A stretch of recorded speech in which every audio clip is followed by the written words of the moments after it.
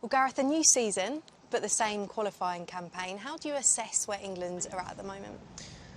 Well, I've spoken with the players this week to say that when we left Old Trafford in June, couldn't have been happier with the whole night, the camp, the 4 performances in this qualifying campaign.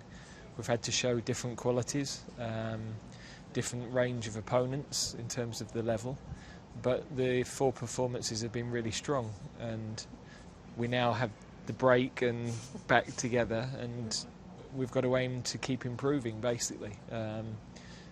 The first priority is to get qualified, but then also the games that we've got across this season, how do we keep improving every aspect of what we do, how we work, because what's got us to this point in football and in life, everything changes so quickly, so we've got to keep striving for even better. James Maddison is a player that has featured more for you in recent months and has of course made a big move to Spurs this summer. He's one of a number of players that have actually made big moves. What have you made to the way he's adapted to that change and the role that he's playing at Spurs?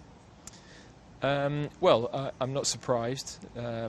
He's got great quality and he's a really personable character, so to fit in with a new group of teammates at a new club, I think he's well equipped to do that, and he's very thoughtful about his football, so yeah, the ability to fit in quickly, we've seen that over the last few months with us.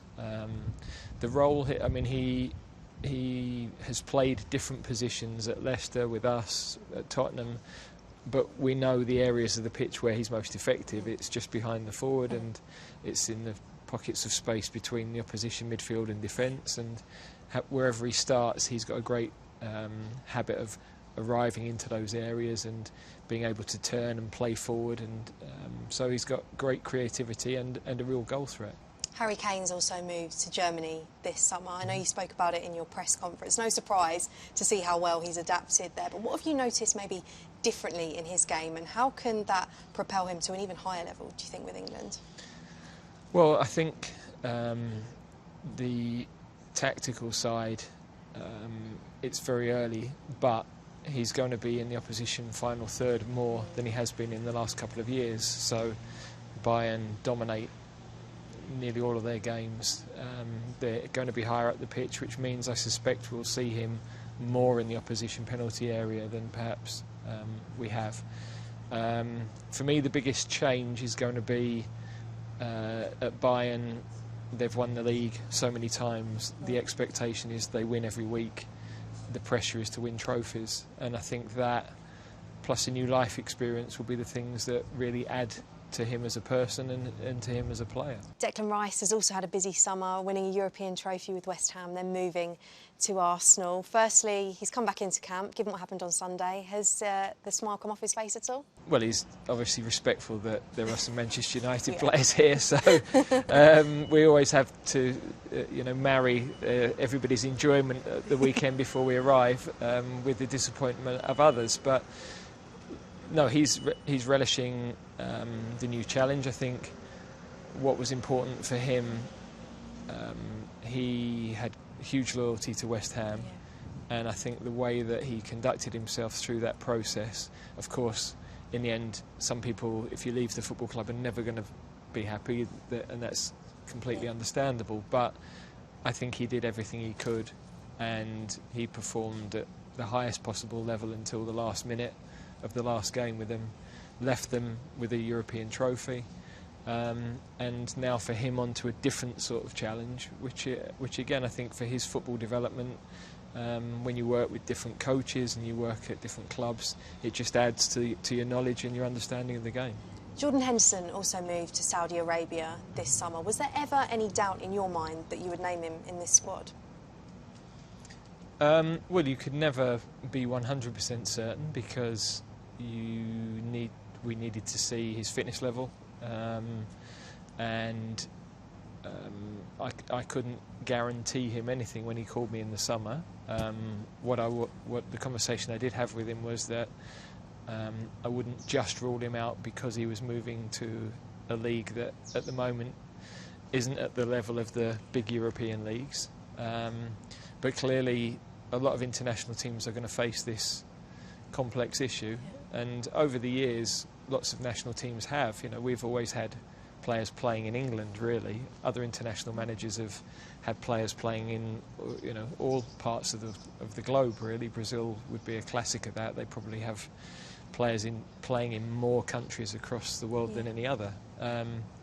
So all I said to him was that, you know, we would assess him. It's not as easy to assess him in the league he's in, because when you're watching, when the Champions League starts, the best against the best all the time, or the intensity of the Premier League, it's easier to gauge exactly where players are. So we've got to use some of the training data that we get, match data, to help us with some of that decision making. But given everything your England team has come to stand for over the past few years, do you understand some of the questions that have come your way about it? Well, I understand why there would be some comment on the stance that Jordan as an individual took, and then his decision to go to a country that where homosexuality is illegal. I don't understand the question around selecting him other than on performance, because we know what we stand for, and that doesn't change. So everybody in their lives is going to make career decisions based on any number of different reasons, and I didn't feel in any way that should be something that ruled Jordan out. We have trade with Saudi Arabia in any number of industries, so it's not a situation we have with Russia, where, you know, the government have separate decision and we're not trading and relationships are in a different place. We don't have that. So in terms of broader society, we don't do it. So why would we make that decision on a football basis? Every time you name a squad, there's always going to be high-profile omissions or players that are perhaps playing really well for their clubs that don't make it into your squad. How difficult is it for you now to get that balance between the players that are playing really well for their clubs and the players that have been playing well for England? Yeah, I mean, I think, firstly, do we think the players are good enough to help us become European champions? That's the start point. So, yes, somebody can have a couple of good games and score goals, but who are those goals against? What's the level of the opposition? Over what period are we looking? You know, at the moment, we're 3 games into the season, four league. When we picked the squad, 4 league games now. So I'm not sure that's form. That's a snapshot of where people are at. You can see certain players at a certain level. We'll know a lot more by October where everybody is, and what we didn't want to do, when you're trying to build a team and a togetherness, there's got to be some consistency. So you can't lob 10 out every camp and pick the first 10 that look like they're playing well over a small period of game, because that means there's no continuity, you're never building, there's no spirit with the group. I think everybody that's watched us over a number of years would say the spirit of the group is at its highest for a long time, and part of that is that depth of continuity and new players coming in, but they're supported by experience around them. It makes it an easier transition for the newer players. Harry Maguire is one player who the spotlight is always on, given the fact he plays for Manchester United. He's still not getting the starts there, and he's also lost the captaincy this summer as well. What have your conversations been like with him?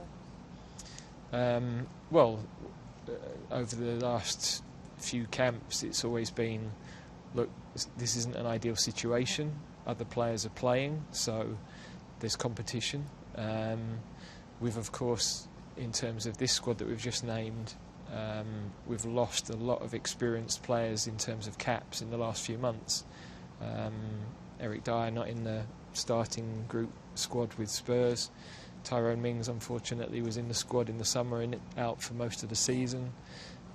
Connor Cody, who has played a lot of football with us, has been injured and now playing in the Championship. So we are looking at a newer group. John Stone's out as well. But we'd be crazy not to have somebody of Harry's experience in with that group at the moment. He, of course, ends up on the pitch with United at the weekend, and looks like he's going to play games. I'm sure there are enough games for a club like United that he's going to play a fair amount of football this year.